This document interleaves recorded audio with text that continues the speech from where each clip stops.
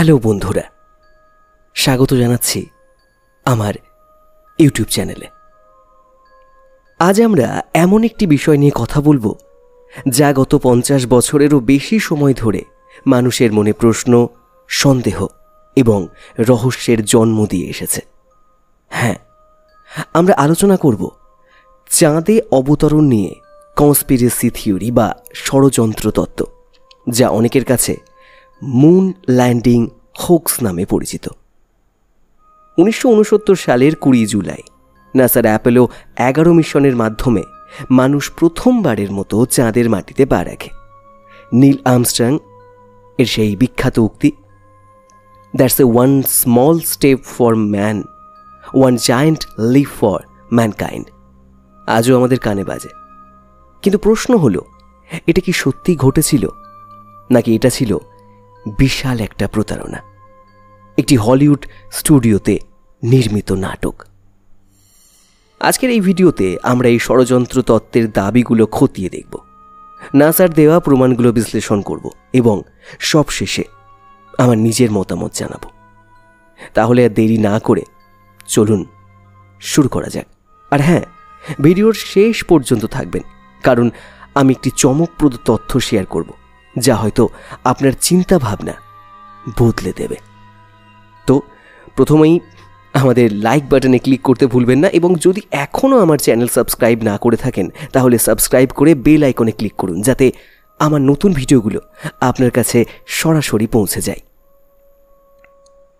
চাঁদে অবতরণের ইতিহাস। চলুন প্রথমে একটু ইতিহাসের পাতা উল্টে দেখি। 1960-এর দশক ছিল মহাকাশ গবেষণার জন্য একটি উত্তেজনাপূর্ণ সময়। আমেরিকা এবং তৎকালীন সোভিয়েত ইউনিয়নের মধ্যে চলছিল তুমুল স্পেস রেস। এই প্রতিযোগিতা ছিল মহাকাশে আধিপত্য বিস্তারের জন্য। সোভিয়েত ইউনিয়ন ইতিমধ্যেই স্পুটনিক স্যাটেলাইট উৎক্ষেপণ করে এবং ইউরি গ্যাগারিনকে মহাকাশে পাঠিয়ে আমেরিকাকে পিছনে ফেলে দিয়েছিল।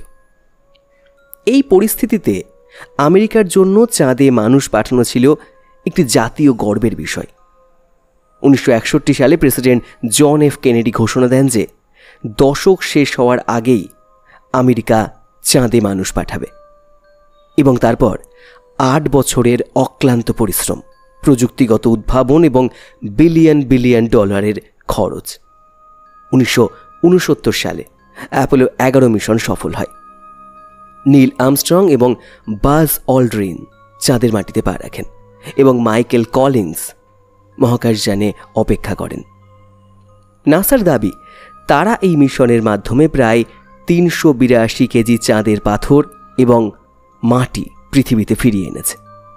এই ঘটনা বিশ্বব্যাপী সম্প্রচার করা হয় এবং লক্ষ লক্ষ মানুষ টেলিভিশনে এই ঐতিহাসিক মুহূর্ত প্রত্যক্ষ করেন।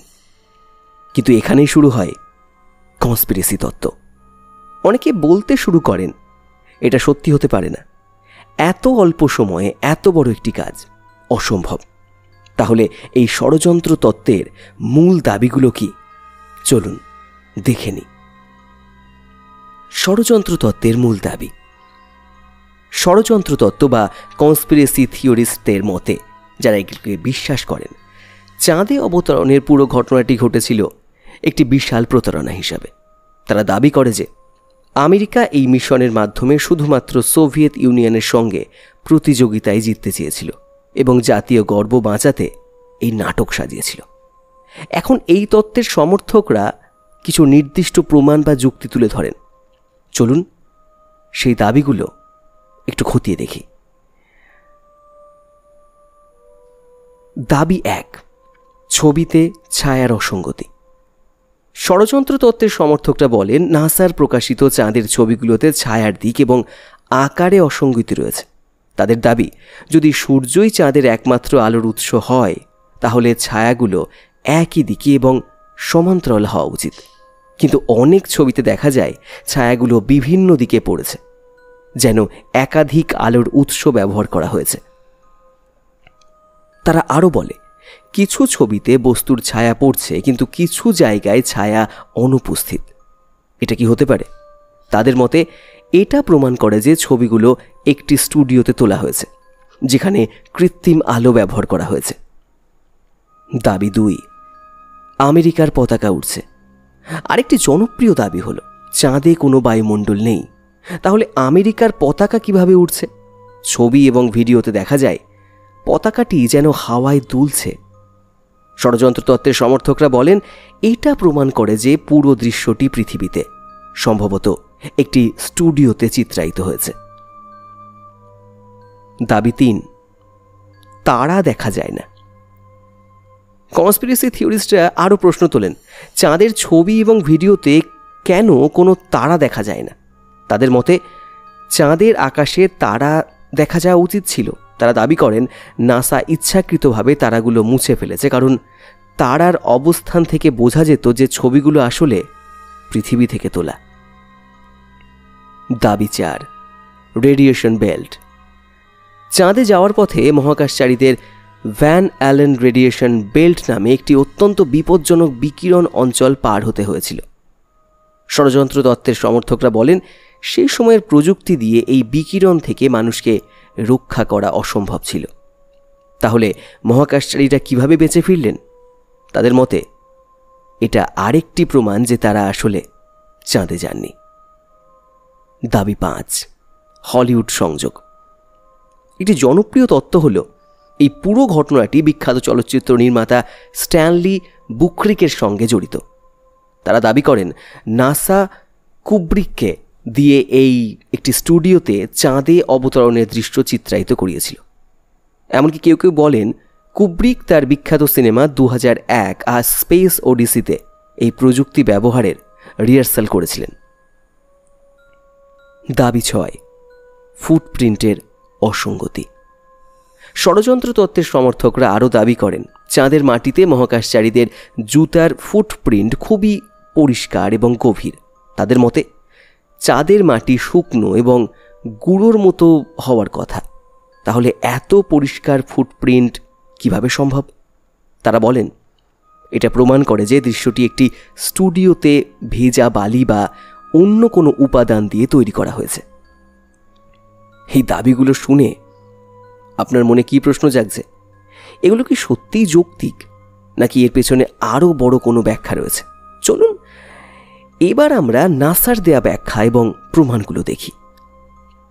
নাসার প্রতিক্রিয়া ও প্রমাণ।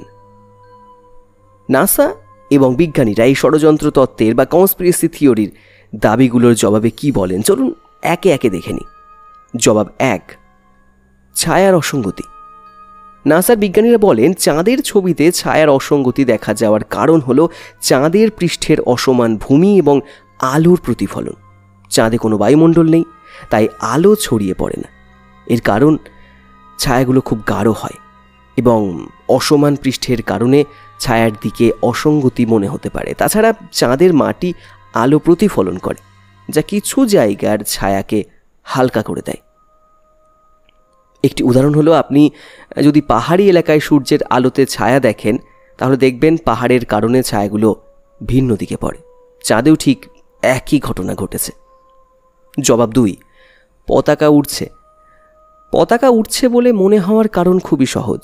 নাসা বলে পতাকাটি একটি ধাতব ফ্রেমের সঙ্গে যুক্ত ছিল, যা এটিকে খোলা রাখার জন্য ব্যবহার করা হয়েছিল। মহাকাশচারীরা পতাকাটি মাটিতে পুঁততে গিয়ে যে কম্পন সৃষ্টি করেছিলেন তা থেকে পতাকাটি দোল খেয়েছিল, আর চাঁদে কোনো বায়ুমণ্ডল না থাকায় সেই দোলন অনেকক্ষণ ধরে চলতে থাকে। জবাব 3, তারা দেখা যায় না। চাঁদের ছবিতে তারা দেখা না যাওয়ার কারণ হলো ক্যামেরার এক্সপোজার সেটিং। নাসার ক্যামেরাগুলো খুব উজ্জ্বল আলোর জন্য সেট করা হয়েছিল, যাতে চাঁদের পৃষ্ঠের বিস্তারিত ধরা পড়ে। সেই সেটিংয়ে তারার মতো স্লান আলো ধরা পড়েনি। আপনি যদি রাতে আকাশের তারার ছবি তুলতে চান, তাহলে দেখবেন উজ্জ্বল আলোর কারণে তারাগুলো অদৃশ্য হয়ে যায়। একটি মজার তথ্য হলো আপনি যদি চাঁদের ছায়ায় থাকা ছবিগুলো দেখেন, সেখানে তারা দেখা যায়, কিন্তু নাসা চেয়েছিল চাঁদের পৃষ্ঠের বিস্তারিত দেখাতে, তাই তারা উজ্জ্বল আলোর জন্য ক্যামেরা সেট করেছিল। জবাব 4, radiation belt. Van Allen radiation belt নিয়ে নাসা বলে তারা এই বিকিরণের বিপদ সম্পর্কে অবগত ছিল এবং মহাকাশযানের নকশায় বিশেষ শিল্ডিং ব্যবহার করেছিল। এছাড়া তারা এমন একটি পথ বেছে নিয়েছিল যেখানে বিকিরণের মাত্রা তুলনামূলকভাবে কম ছিল। মহাকাশ যাত্রীরা এই বেল্ট দ্রুত পার হয়ে যান, তাই তাদের ওপর বিকিরণের প্রভাব খুবই কম ছিল। একটি গুরুত্বপূর্ণ তথ্য হলো নাসা এই বিকিরণের মাত্রা পরিমাপ করেছিল এবং দেখেছিল যে এটি মানুষের জন্য মারাত্মক নয়। মহাকাশচারীরা পরবর্তীতে কোনো গুরুতর স্বাস্থ্য সমস্যায় ভোগেননি। জবাব 5, হলিউড সংযোগ। স্ট্যানলি কুব্রিকের সঙ্গে জড়িত থাকার দাবি নিয়ে নাসা এবং বিজ্ঞানীরা বলেন এটি সম্পূর্ণ কাল্পনিক। এমন একটি বিশাল প্রতারণায় হাজার হাজার মানুষ জড়িত থাকত এবং এত বড় একটি গোপন কথা এত বছর ধরে গোপন রাখা সম্ভব নয়। এছাড়া স্ট্যানলি কুব্রিক নিজেও এই ধরনের দাবি অস্বীকার করেছিলেন। তিনি তার সিনেমায় যে প্রযুক্তি ব্যবহার করেছিলেন তা চাঁদে অবতরণের দৃশ্য তৈরির জন্য যথেষ্ট ছিল না। জবাব 6, ফুটপ্রিন্টের অসঙ্গতি। চাঁদের মাটিতে পরিষ্কার ফুটপ্রিন্টের কারণ হল চাঁদের মাটি খুবই সূক্ষ্ম এবং গুঁড়োর মতো, কিন্তু এটি আর্দ্রতা ছাড়াই আকৃতি ধরে রাখতে পারে। পৃথিবীতে বালি ভেজা না হলে ফুটপ্রিন্ট ধরে না, কিন্তু চাঁদে মাধ্যাকর্ষণ কম এবং মাটির গঠন ভিন্ন। এই কারণে ফুটপ্রিন্টগুলো এত পরিষ্কার ও দীর্ঘস্থায়ী। অতিরিক্ত প্রমাণ। নাসার কাছে আরও কিছু অকাট্য প্রমাণ আছে। উদাহরণস্বরূপ, চাঁদ থেকে আনা পাথরের নমুনাগুলো বিশ্লেষণ করে বিজ্ঞানীরা প্রমাণ করেছেন যে এগুলো পৃথিবীর পাথর থেকে সম্পূর্ণ আলাদা। এই পাথরগুলোতে এমন কিছু উপাদান পাওয়া গেছে যা পৃথিবীতে পাওয়া যায় না। এছাড়া চাঁদে রাখা লেজার প্রতিফলক আজও পৃথিবী থেকে লেজার রশ্মি পাঠিয়ে দূরত্ব পরিমাপ করতে ব্যবহৃত হয়।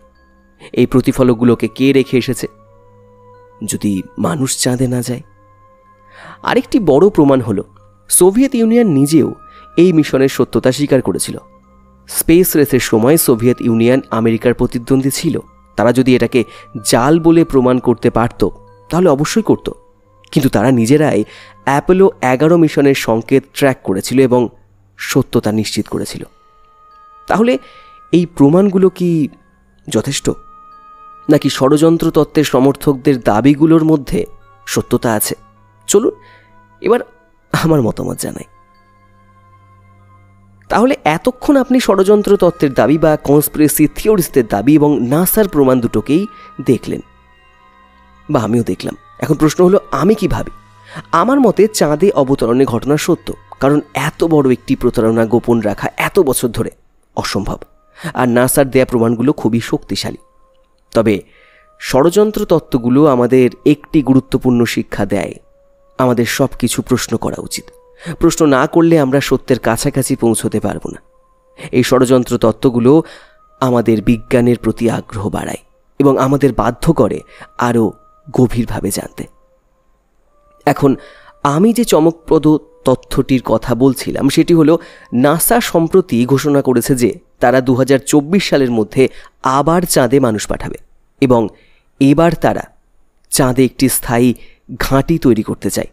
এই মিশনের নাম আর্টেমিস। এই মিশনে নাসা শুধু পুরুষ নয়, নারী মহাকাশচারীদেরও পাঠাবে এবং এটি হবে চাঁদে প্রথম অবতরণ।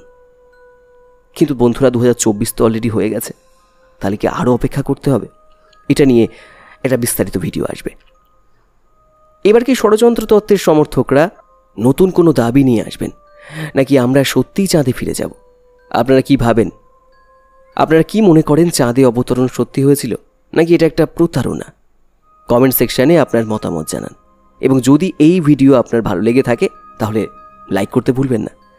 আমার চ্যানেলে এরকম আরও আকর্ষণীয় বিষয় নিয়ে ভিডিও পেতে সাবস্ক্রাইব করুন। তো আজকের জন্য এখানে শেষ। আমি যন্তর মন্তর পৃথ্বীশ। আবার দেখা হবে নতুন কোনো রহস্য নিয়ে। ভালো থাকবেন, সুস্থ থাকবেন, অজানাকে এইভাবেই জানতে থাকুন। Bye bye, tata.